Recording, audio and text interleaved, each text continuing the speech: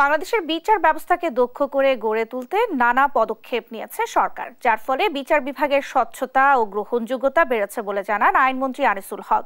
সকালে supreme court অডিটোরিয়ামে সীমানা পেরিয়ে বিচার হিমালয় এবং তার বাইরে থেকে 21 শতকের চ্যালেঞ্জ এবং অভিজ্ঞতা শীর্ষক আন্তর্জাতিক সম্মেলনে এ কথা বলেন তিনি। আইনমন্ত্রী বলেন, স্মার্ট বাংলাদেশের জন্য একটি চৌকস বিচার ব্যবস্থা অপরিহার্য। অনুষ্ঠানে নেপালের প্রধান বিচারপতি বিশ্বম্বর শ্রেষ্ঠা ও ভুটানের হাইকোর্ট বিভাগের বিচারপতি লবজিং রিংজিং ইয়ারগে উপস্থিত ছিলেন। Under the leadership of Honorable Prime Minister Sheikh Hasina has been working tirelessly to establish and maintain the rule of law across our society.